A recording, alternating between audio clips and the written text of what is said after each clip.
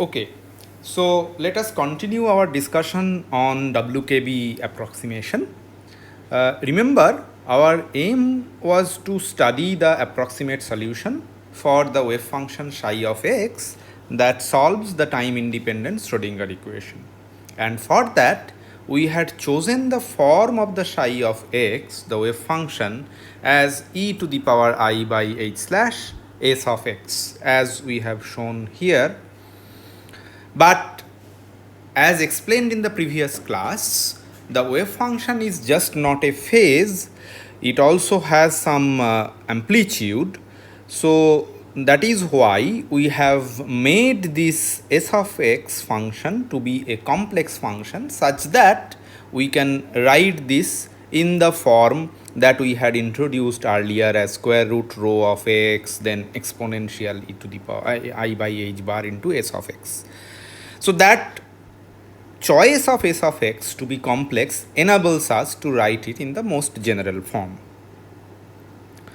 Then what we did, we actually used this form of this wave function into the Schrodinger equation and had arrived at this equation number 1.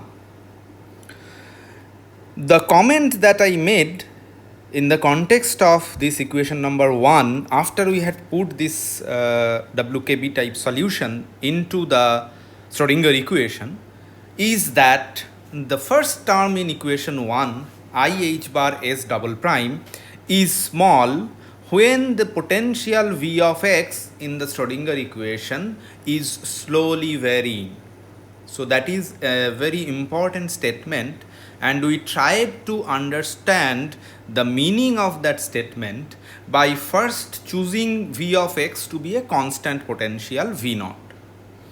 That constant potential v naught we have simply used in this expression because that helped us in writing our local momentum p of x in the form 2m e minus v naught. But since now v naught is constant, my p of x is also a constant, and thereby we can simply show that for the constant potential I h bar s double prime should be small for should be 0, and therefore I h bar s double prime should be small when the potential v of x basically fluctuates a little bit, not very much. The variation in v of x is small.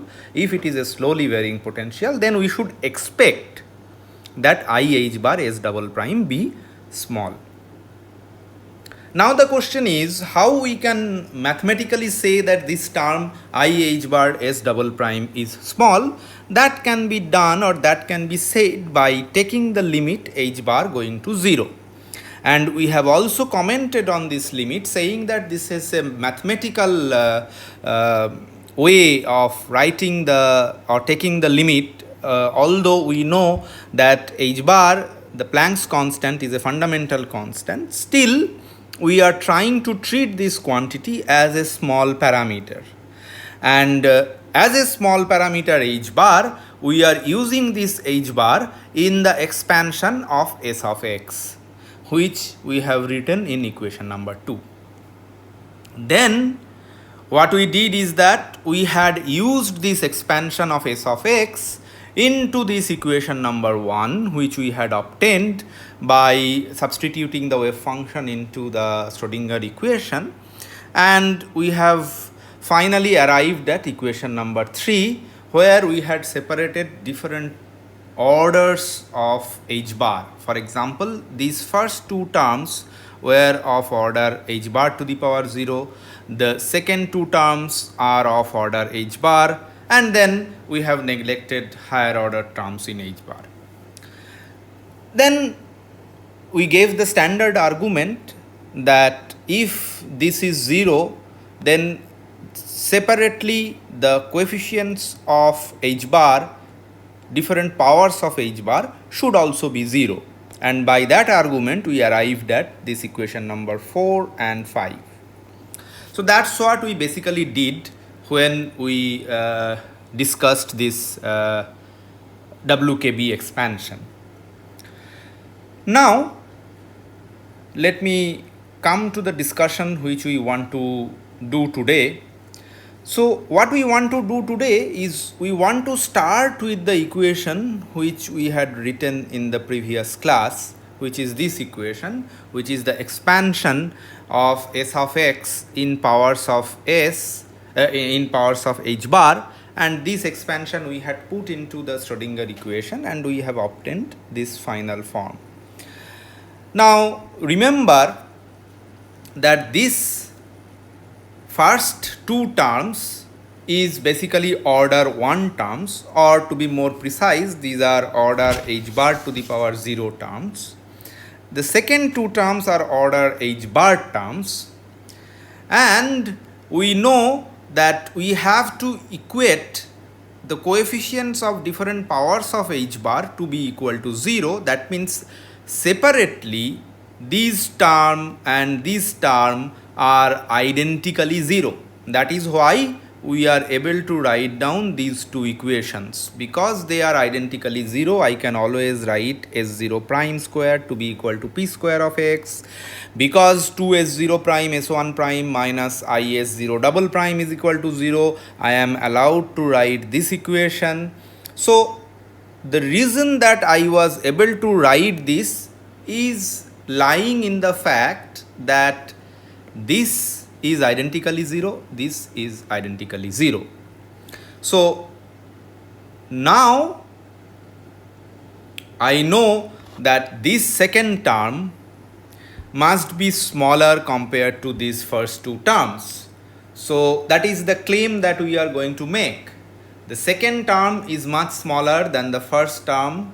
That is the order h bar terms are much smaller than order 1 terms in magnitude, of course. So now in the solution, the first and second terms, that is the coefficient of h bar, is identically 0. We can look at any one of them. That means I can write that my h bar into s0 double prime, which is this term, h bar into s0 double prime magnitude, should be always much less than s0 prime square. Similarly, this term 2s0 prime s1 prime into h bar should always be smaller than s0 prime squared. So this is what we are getting from our claim that order h bar terms are much smaller compared to order 1 terms. So let me write this. So this came from the claim that order h bar terms are smaller compared to order 1 or order h bar to the power 0 terms. Now let us look at the consequences. I just said that each term in this bracket must be greater than each term in this bracket. That is why we were allowed to write these two inequalities. So I could have picked any one of these inequalities and try to see what physical picture that I can extract out of these two inequalities. So I am going to discuss the two different inequalities in these two columns here, but I will see that they give the same conclusion. For example, let us start with this equation number 3, which is nothing but h bar s0 double prime is much less than s0 prime squared, but we know that s0 prime is plus minus p of x. So s0 prime, instead of s0 prime, I am writing p square, s0 prime squared, I am writing p square of x. And now I simply divide both sides by p square of x and I arrive at this conclusion. Now this dp dx means it's the rate of change of the local momentum, that is p prime of x divided by p square of x. So I can always write this in this fashion that ddx of h bar divided by p of x modulus of that must be much less than 1. If you start with this equation, you will actually arrive at the same conclusion. This is simply because h bar s1 prime into s0 prime is much less than s0 prime square. So I can simply divide by s0 prime both sides and I can write this inequality that h bar s1 prime is much less than s0 prime. But s0 prime I know is nothing but p of x. This is coming from the fact that s0 prime is plus minus p of x. Therefore, mod of s0 prime is just p of x mod. So, and also, this second equation actually implies that I can write down this s0 double prime dp dx from this, and then s0, since s0 double prime is dp dx, I can write down this equation as s1 prime is equal to I by 2 s0 double prime by s0 prime, and then I will simply put this s0 prime and s0 double prime here. I will get I by 2 p prime x by p of x. So the derivative of p of x divided by p of x. So that's what I have written here. Now h bar p prime of x divided by p square x, the conclusion is I will just divide by p of x both sides and I will arrive at the same conclusion. So what does it mean? This object h bar by p is nothing but h by p into 2 pi. So that h by p is related to lambda, therefore d lambda dx, this quantity must be always much less than 1. The local de Broglie wavelength therefore must vary slowly. That is the first conclusion that we can draw from this calculation. But now look at this object d lambda or inequality d lambda dx much less than 1. Dimension wise it is absolutely okay because lambda has the dimension of length, x has the dimension of length, and on the right hand side also we have a quantity where there is no dimension involved. So this statement is giving you the physical meaning of the semi-classical approximation. H bar going to 0 was the mathematical meaning,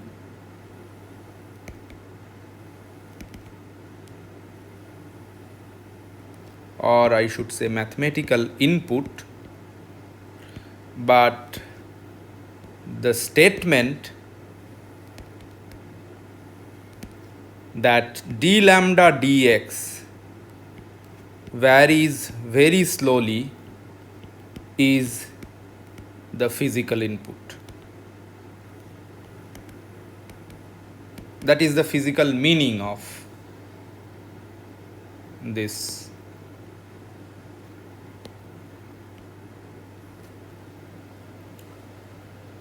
But always there exists a better way of writing this, that I multiply both sides by lambda.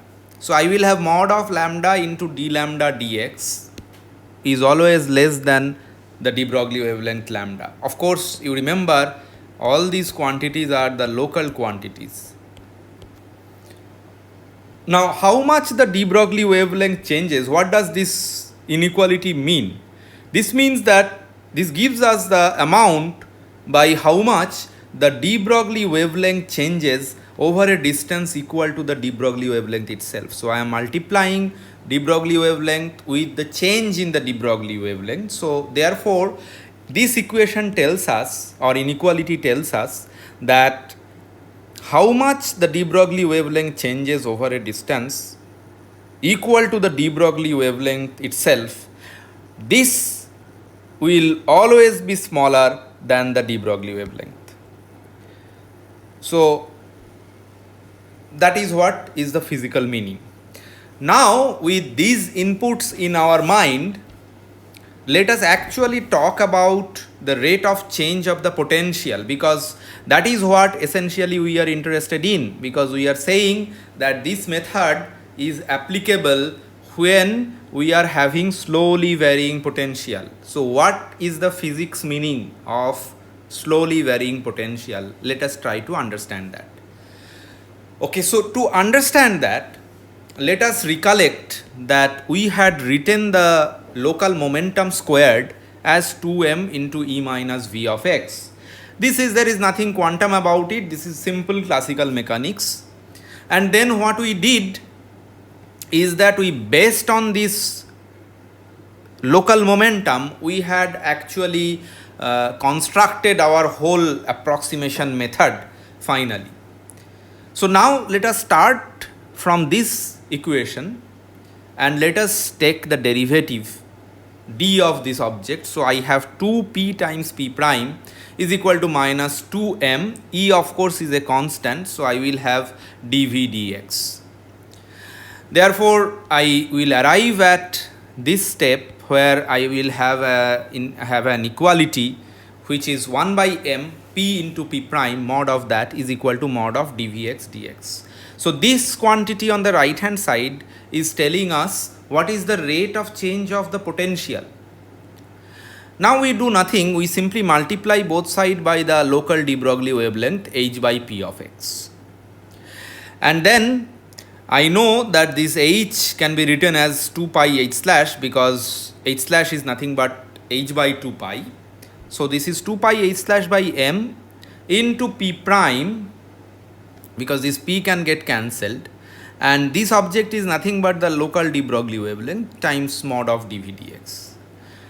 But we also have used this fact that h p prime by p is always much less than p of x. We have just seen that here. We have just written this step in the previous page, that h into p prime by p squared of x is much less than 1. Therefore, h bar into p prime by p is much less than p. So that we are going to use here. This we are going to use here by saying that h into p prime, this object is much less than p square x. So therefore the right hand quantity lambda x into mod of dv dx will always be much less than p square x by twice m. So this p square x by twice m is nothing but the kinetic energy. So the change in the potential, so this is a very important statement, the change in the potential over a distance which is equal to the de Broglie wavelength, this must be much smaller than the kinetic energy. So this gives you the precise meaning of the slowly varying or slowly changing potential. That if I change the potential over a certain distance which is equal to the de Broglie wavelength, it must be in such a manner that this product is always less than the kinetic energy of the particle. So that is the physical meaning of the slowly varying potential. So now let us come to the discussion that after having said all the mathematical meaning and the physical meaning, let us now come back to the discussion that what happens when we are near the classical turning points. You remember we had drawn this picture that we have this potential of this form. Suppose we have this potential of this form which is varying, and suppose we have the energy which is given by E. This is V of x, this is x. Then classically I know that this is the classical turning point, say x equal to x naught, because as the particle reaches here, then it cannot go any further up. It should always go down, because once it reaches here, it loses all its kinetic energy. So the classically allowed region is the region to the left of x naught, which we have termed the classical turning point.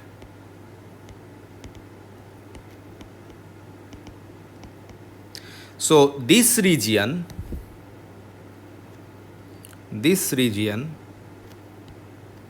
is the classically allowed region, and this region is classically forbidden region.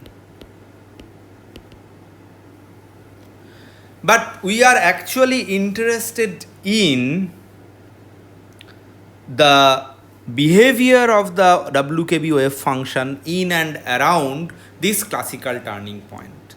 Why? This is because the slow variation conditions that are needed for the WKB solutions to be accurate, they fail near this classical turning point. Can you anticipate it? It can easily be anticipated, since at the turning points the local momentum becomes zero.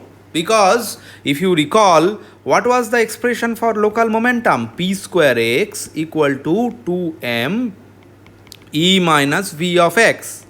So at the classical turning point x equal to x0, your e is equal to v of x. At turning point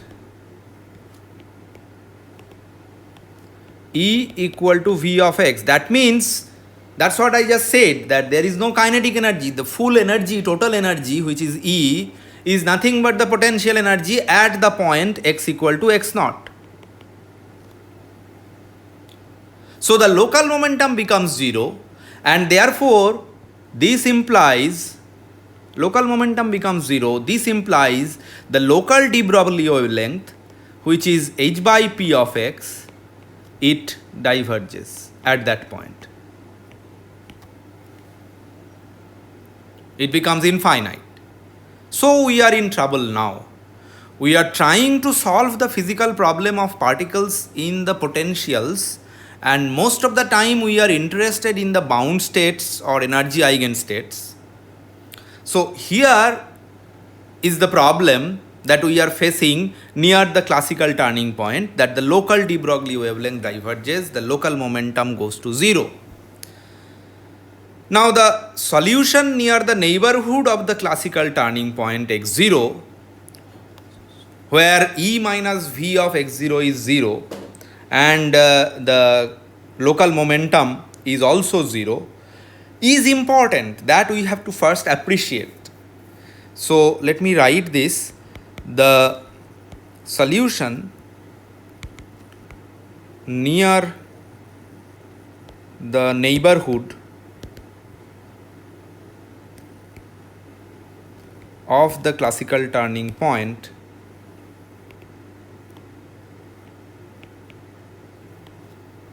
which we have denoted by x naught,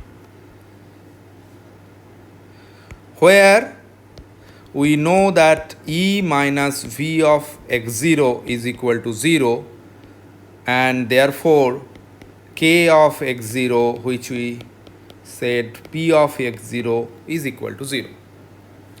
This is very important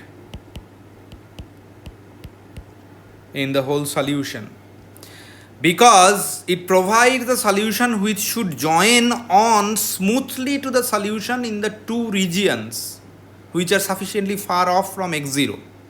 So this is important because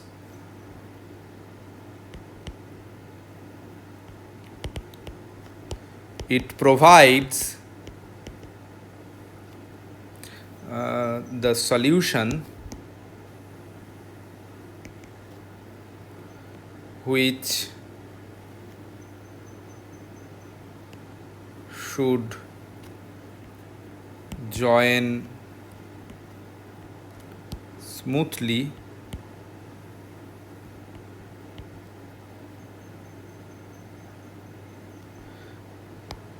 to the solution in the two regions. By two regions, I mean E less than V of x and D greater than V of x naught, sufficiently far off from x naught, where E is less than V x naught and E is greater than V of x naught, and where we are at the liberty to use the WKB solutions.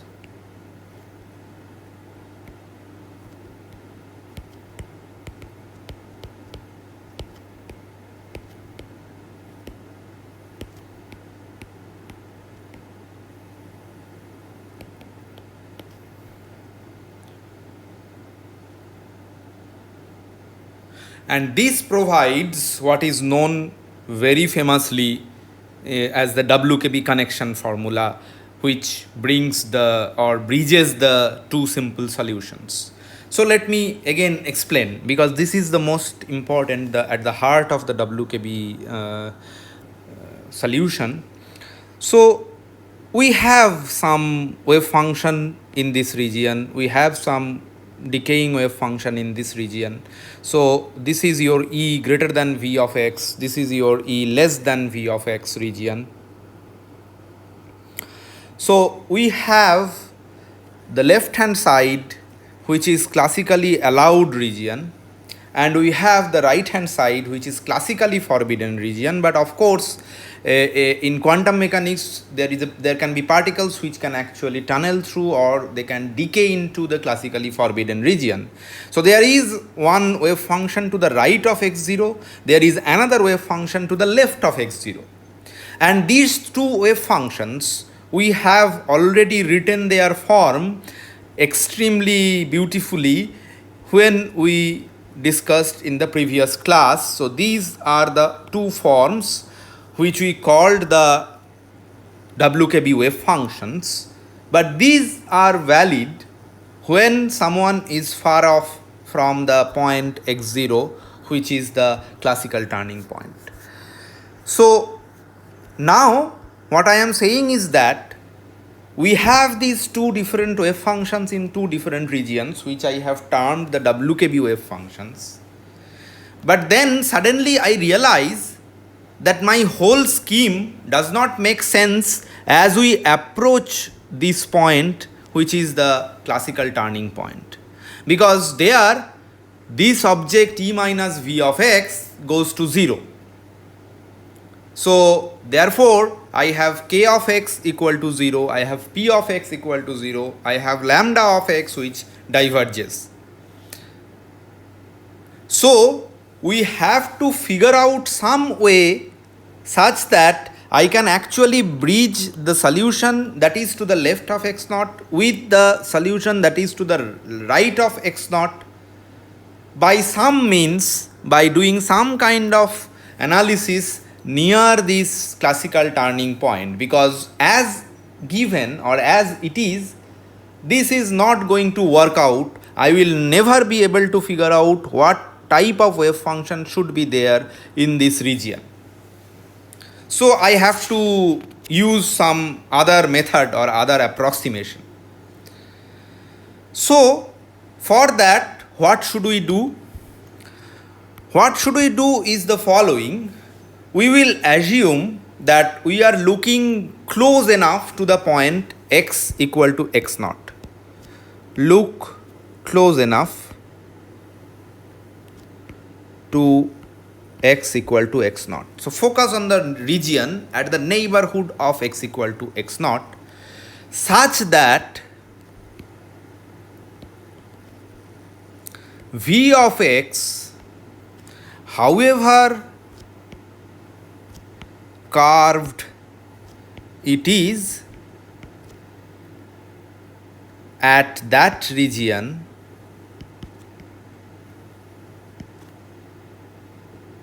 close to x equal to x naught, we can treat v of x as roughly linear. So that is the most important assumption that we are going to make here, or that we are making here. By linear I mean straight. So what I am saying is the following. Let us zoom very close to this x equal to x naught point, and I am claiming that whatever may be the curvature of my potential is at this point, I can always think of this particular region where my potential can be replaced by something which is completely linear, that means straight. And that is a reasonable thing to do.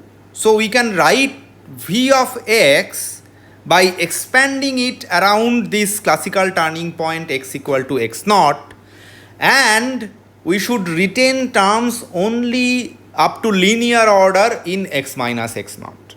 That's what we are going to do. So pictorially, let me draw this, then it will be even more clearer. So I have this as my v axis, I have this as my x axis, and what I am saying is the following. Suppose I have some curvature somewhere, but I am looking at the classical turning point where I will assume that my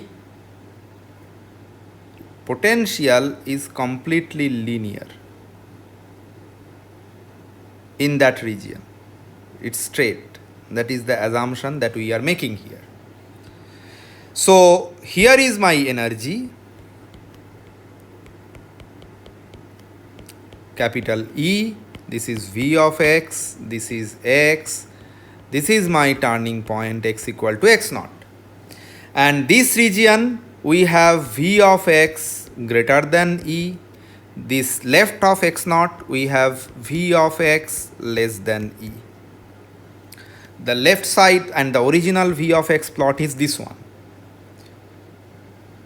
So the left side of x naught is the classically allowed region, the right side of this x naught is the classically forbidden region. So my assumption, my approximation is that near this point x naught, I am actually saying that close to x equal to x naught, we can treat v of x as roughly linear. And that means, this means expand v of x around x naught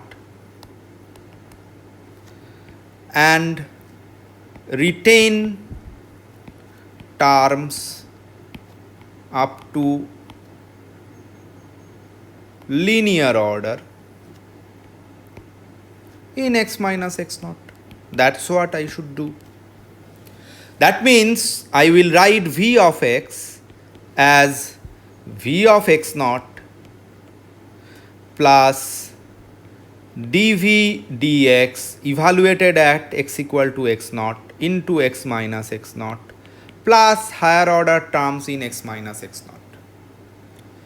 But I know what is my v of x naught. V of x naught is nothing but my total energy E, because at this point v of x equal to x naught is equal to E.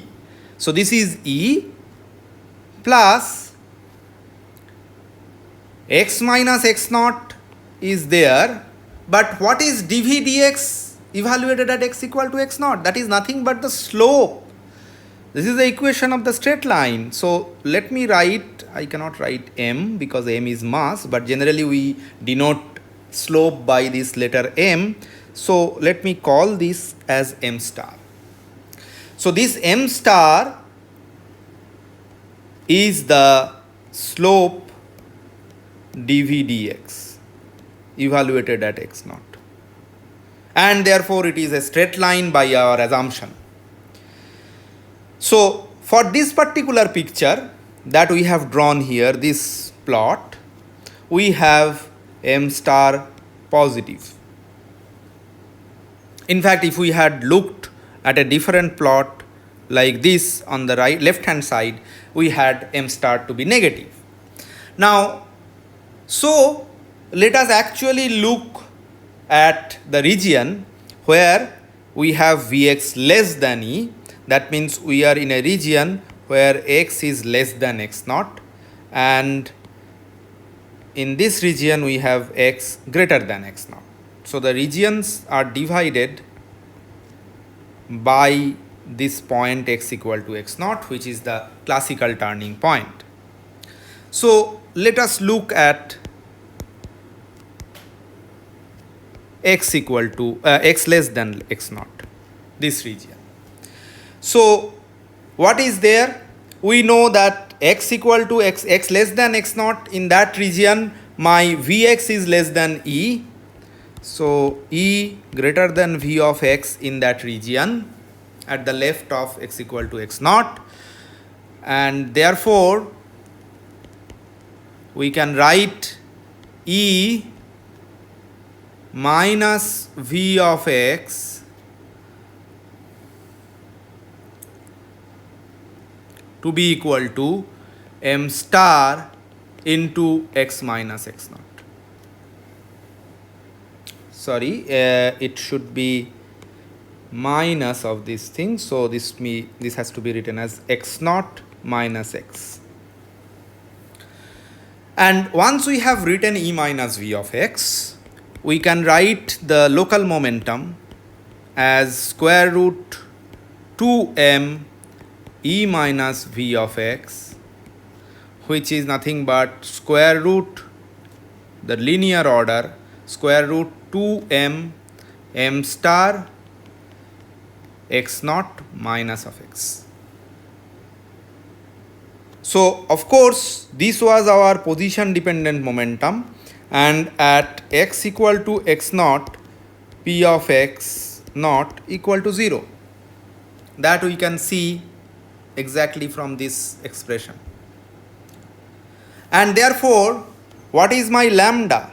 Lambda of x is h by p of x. So this we can write as h by 2m m star square root into 1 by square root x naught minus x. Therefore, I can evaluate the derivative, how the wavelength, de Broglie wavelength changes, and we take the absolute value of that. H by square root 2m m star does not change, and if I take the derivative of 1 by x naught minus x to the power half, I will have 1 half here, and then I will have 1 by x naught minus x to the power 3 by 2. So now you can clearly see the trouble. Remember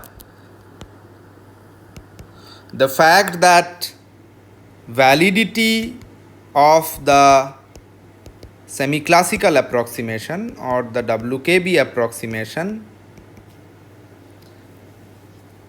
required d lambda dx to be much less than 1. This is what I just proved at the beginning of today's class. But as you approach x equal to x naught, as you approach x equal to x naught, d lambda dx, this quantity grows without bound, and at x equal to x naught it basically diverges. You may say that okay, I will choose my m and m star to be large. Still it fails as you go closer and closer to x naught. It becomes infinite, so the semi-classical approximation breaks down near or at x equal to x naught. This is the implication that semi-classical approximation breaks down in the neighborhood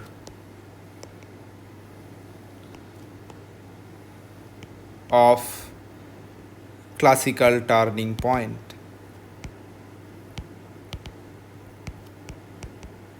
Because the variation, the rate of change of lambda no longer is small. Now, I just said something about the connection formula a few minutes back. That is required because we cannot simply avoid the solution near the turning points. I just said that I have a potential which looks like this, and I am claiming that I cannot avoid. You might think that, okay, fine, I have obtained my solution which is far away from the turning point, and that's it. Why should I bother about what is happening near the turning point? But I am saying that what is happening near the turning point is the most important concept that you need to focus upon. This is because the wave function can still be present in this region which is classically forbidden. And therefore, we need to know how the wave function decays in that region. Therefore, you need to face the turning points bravely where the semi-classical approximation fails. Because you need to match the solution smoothly, you need to join. It's like sewing two different pieces of wave functions at some point or in some region. We will see that it's not actually a point. We have to do this sewing in a region. Because you need to match the solution smoothly around the turning point. So our problem is that we know how to write the solution in the region where my Vx is less than E. I know how to write the solution when my Vx is greater than E. So this is my Vx greater than E, this is my Vx less than E. So I know how to write the solution, but we have no idea how to write the solution at the turning points. So we cannot connect the two different solutions. So we need the connection formula around this turning point x equal to x naught. And in order to write down the turning connection formula, there are two strategies that are being adopted in general. So now we have come to the discussion of connection formula.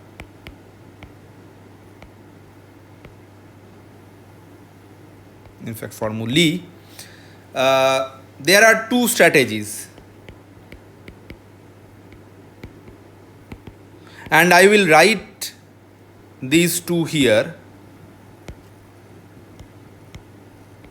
because both of them are very important, although you can get the same result out of these two different strategies. One is physically motivated, another one is mathematically very sophisticated. Now, the first strategy is that solve the Schrodinger equation in the neighborhood of the turning point. So, solve time independent Schrodinger equation in the neighborhood of x equal to x naught. And in doing that, that means we actually expand v of x around x equal to x naught and retaining terms only up to x minus x naught. So we just have seen what is the outcome of that. Now the Schrodinger equation therefore need to be solved for a linear potential, and the good thing is that this particular problem which is mentioned here in this statement can be solved analytically,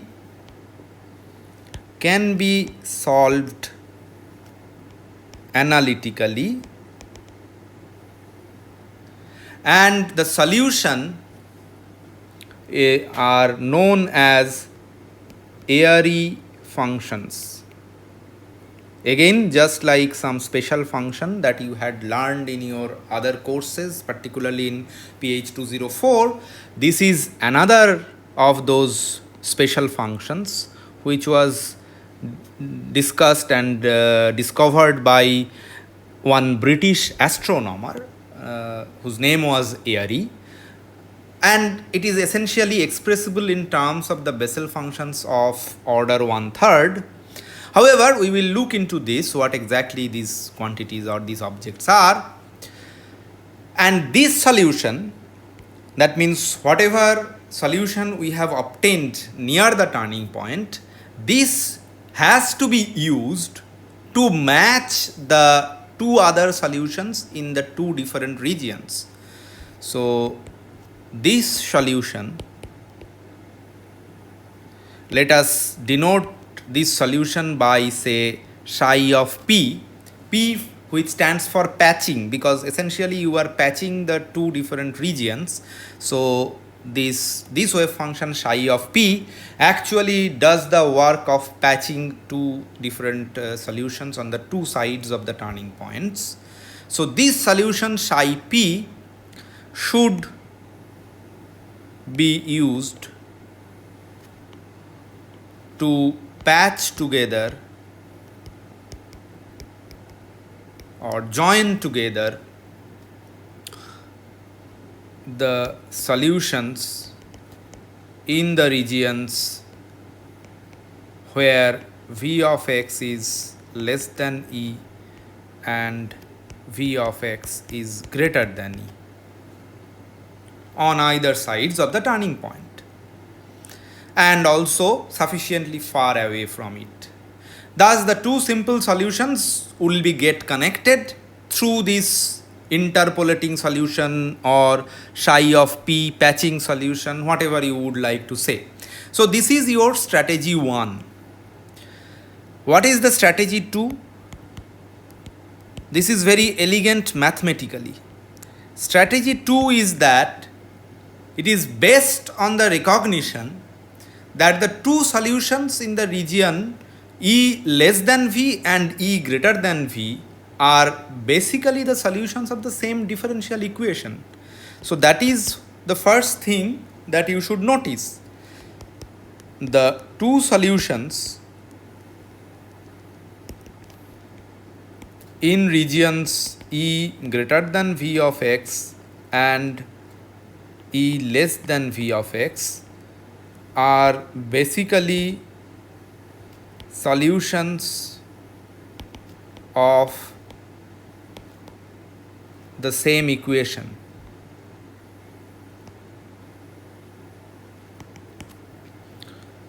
Of course, they are approximate solutions, but still they are the solutions of the same equation, differential equation. And they therefore represent the same function in two different regions of the variable, right?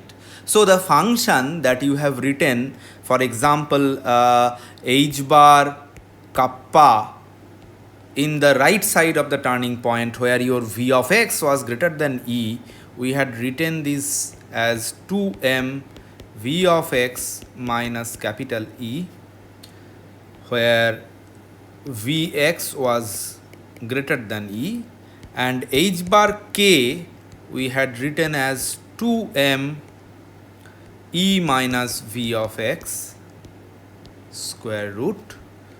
This was in the region where E was greater than v of x. Now, looked upon as a function of complex variable z, whose real part is basically denoted by the x that is written here, the function that we have written here, h bar k or h bar kappa, as a function of z, has a square root branch point. See, there is a square root here, and I am sure that in PH 201 you have actually encountered complex analysis, and there you must have heard this name branch point, where around that branch point you have a multi-valued function. And since we have this branch point because of the fact that there is a square root sitting there in this function k of z. So this has a square root branch point, and where that branch point is located? It is located at the point z equal to x naught. So these two has a branch point at z equal to x naught. So what I said is the following. Because this is basically the solution of the same differential equation, and hence they represent the same function in two different regions like this and this, we can always look this problem as a function of complex variable, and let us denote that complex variable by z, whose real part is basically nothing but this x. And the function therefore h slash kappa z or h slash kz has a branch point at the turning point itself, z equal to x0. In the sense that neighborhood of the turning point, we retain terms linear in x minus x naught as before, then only this is happening. But still it has a branch point, and the methods of complex analysis basically provides us with a tool for connecting these two different approximate solutions in the two different regions. So you know how to avoid the difficult point and jump to the other side of the z equal to x naught point. So that is the tools of complex analysis to be used.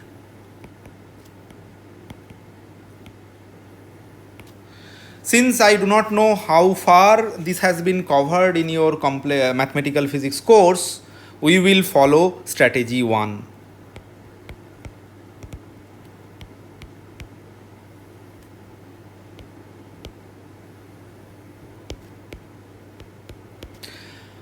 Okay, so let us look at strategy 1. So first, let me again draw this picture. I have this potential axis, I have the x-axis here, x, v of x, and I have the potential, some potential, and then I am linearizing in this region where we have the turning point at x equal to x naught. So this is my energy, this is x equal to x naught. We have x much greater than x naught, we have x much less than x naught. This is forbidden region to the right of x naught, forbidden allowed region to the left of x naught, and this is my v of x. Now remember, v of x minus e was basically approximated by this m star times x minus x naught with m star positive.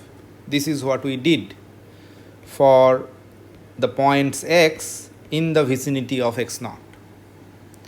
We also remember that the WKB solution for the regions x much greater than x naught and x much less than x naught are basically known to us. So what are the solutions we have derived in the previous class? The solutions were psi of x. Let me now write the left and right notations. Psi r of x, the WKB solution, to the right of the point x naught, that means in this region, psi r of x will be a divided by square root kappa x e to the power, this side it will not be exponential I types of solution, this will be exponentially growing or decaying solution. So e to the power integral kappa x prime dx prime, and then we will have b divided by square root kappa x exponential kappa x prime dx prime.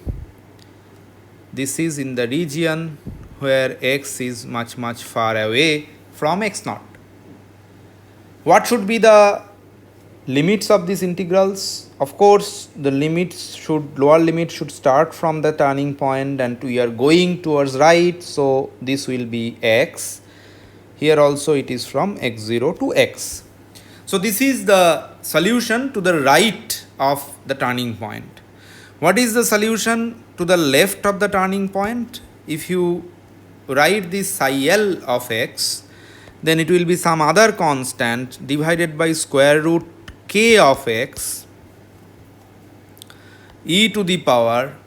Now this will be I k x prime dx prime, and then we have d divided by square root of k of x e to the power I integral k x prime dx prime. This will be minus. So this is in the region x much less than x naught. And of course, now I am coming from the left towards this. So my limit should be from x to x naught. X to x naught. That's it. Now let us look at these expressions. What does this look like if we try to go closer to the turning point? That means if we are actually going nearer to that region from where we can start doing the linear potential approximation. So there you can clearly remember that kappa square was defined as 2m by h bar square into v of x minus e. This was in this region. And this, if I write, is nothing but 2m m star divided by h bar square into x minus x naught, where x is greater than x naught. This is the linear approximation after we have used the linear approximation. Similarly, k square, this k square was 2m by h bar squared e minus v of x. If we do the linear approximation near the classical turning point, this turns out to be 2m m star by h bar square x naught minus x. This is for x less than x naught. So therefore, I can safely say that these objects, what we have written here,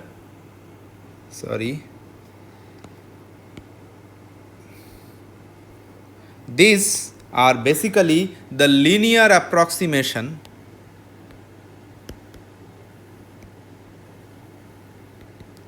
to the potential near x equal to x naught. This has been written using this linear approximation. Now, our idea is to first figure out what is the psi p in this region which is close to this turning point. So we need to figure out this patching wave function which will finally patch the two different regions around these classical turning points. So we will need to find out what is psi of p. So what should we do? The idea, of course, is to solve the time independent Schrodinger equation. So solve time independent Schrodinger equation. Let me write that first. Minus h slash square by 2m d2 dx2 of psi p plus v of x minus e psi p equal to 0. Now let us replace this potential v of x by the exact linear potential that we have used in our calculation. That means I will have minus h slash square by twice m psi double prime plus I know that I have to expand this v of x, and this expansion I have written above, which is nothing but e plus dv dx evaluated at the point x naught into x minus x naught minus e, because I always want to keep terms up to linear order in x minus x naught psi of p. So now I know that I can write this equation as minus h slash square by 2m psi p double prime plus m star, because this e will get cancelled, and I know dv dx evaluated at x equal to x naught is nothing but m star, and then x minus x naught psi p equal to 0. So this is the equation that we have written by assuming that we have the linear potential. So now we have to write down this equation like minus h slash square by 2m d2 dx2 plus m star x minus x naught psi p equal to 0. This means that this we can always write as minus d2 dx2 plus 2m m star by h bar square x minus x naught psi of p equal to 0. So we need to look for the solution. Now let us note this fact that this coefficient 2m m star by h bar square, if you look carefully, you will see that this has a dimension of 1 by length cube. So let us introduce, so this has the dimension of 1 by L cube. So let us introduce a dimensionless variable, and let us introduce dimensionless variable, which we denote by u, which is defined as 2m m star by h bar square to the power 1/3 x minus x naught, and let us call this as eta x minus x naught.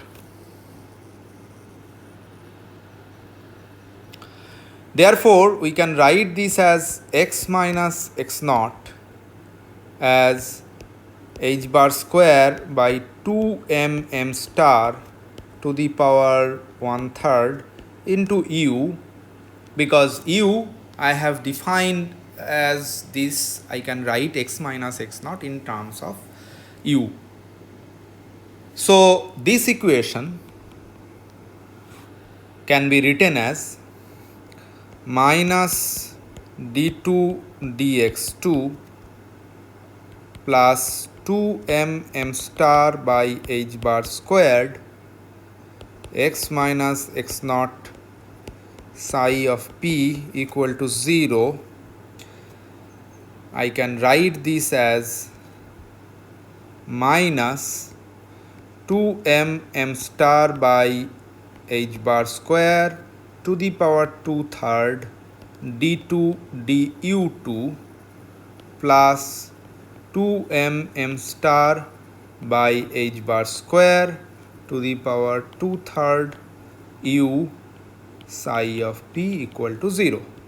This is simply because you can immediately see that from this equation that d of x is nothing but h slash square by 2m m star to the power half d of u. So you use this fact and arrive at this equation. So now the rest part is easy. It is d2 psi p du2 minus u psi p is equal to 0. So this is the equation that you will obtain after you linearize this potential. It looks like a simple equation, but actually it is not. This equation is known as Airy equation. It's named after George Airy, the British astronomer who first discovered this. So this is Airy's equation, and the solution of this Airy's equation are basically, of course, it is a second order differential equation. So there are two linearly independent solutions. Psi p as a function of u, this can be written as alpha Airy u plus beta Airy u, where ai is the notation for the Airy function, this thing, and bi is also the Airy function. So these two objects are known as the two linearly independent Airy functions. That means two linearly independent solutions of the Airy's equation. Now I will need a few more important results which I will state, and then I will stop for today. For the matching purpose, I will require the asymptotic forms of these Airy functions, and that, of course, I am not going to derive. I will simply write it asymptotic forms of ai and bi. By asymptotic form, I mean how do they behave for large values or small values, very large and very small values of their arguments u. So here are the behavior. aiu, it behaves as 1 by 2 root pi u to the power 1/4 e to the power minus 2/3 u to the power 3 by 2. And biu, it behaves as 1 by square root pi u to the power 1/4 e to the power plus 2/3 u to the power 3 by 2. This is the behavior for very large values of u. And if you look for very small negative values of u, very small, very negative values of u, ai of u, it should behave as 1 by square root pi minus u to the power 1/4 sine 2/3 minus u to the power 3 by 2 plus pi by 4. bi of u 1 by square root pi minus u to the power 1/4 cosine 2/3 minus u to the power 3 by 2 plus pi by 4, and this is the behavior for u much less than 0. So these Airy functions basically, as I already said, were related to Bessel functions of order 1/3, and the patching wave function therefore needs to be a linear combination of these two Airy functions. This is where we stop. So what remains is that now I have to actually join psi p with these psi L and psi r. So with these two we will have to actually join this psi p, and for that joining I have to figure out what are the relations between these a, b, c, d and with this alpha and beta. If I can find that relation, then those will give me the connection formula, and that will be the end of the discussion about WKB, because that's what is the ultimate target is. How should we patch the two different solutions in the two regions with the problematic part where the p of x becomes 0 near the x equal to x naught turning point. So that we will discuss in the next class.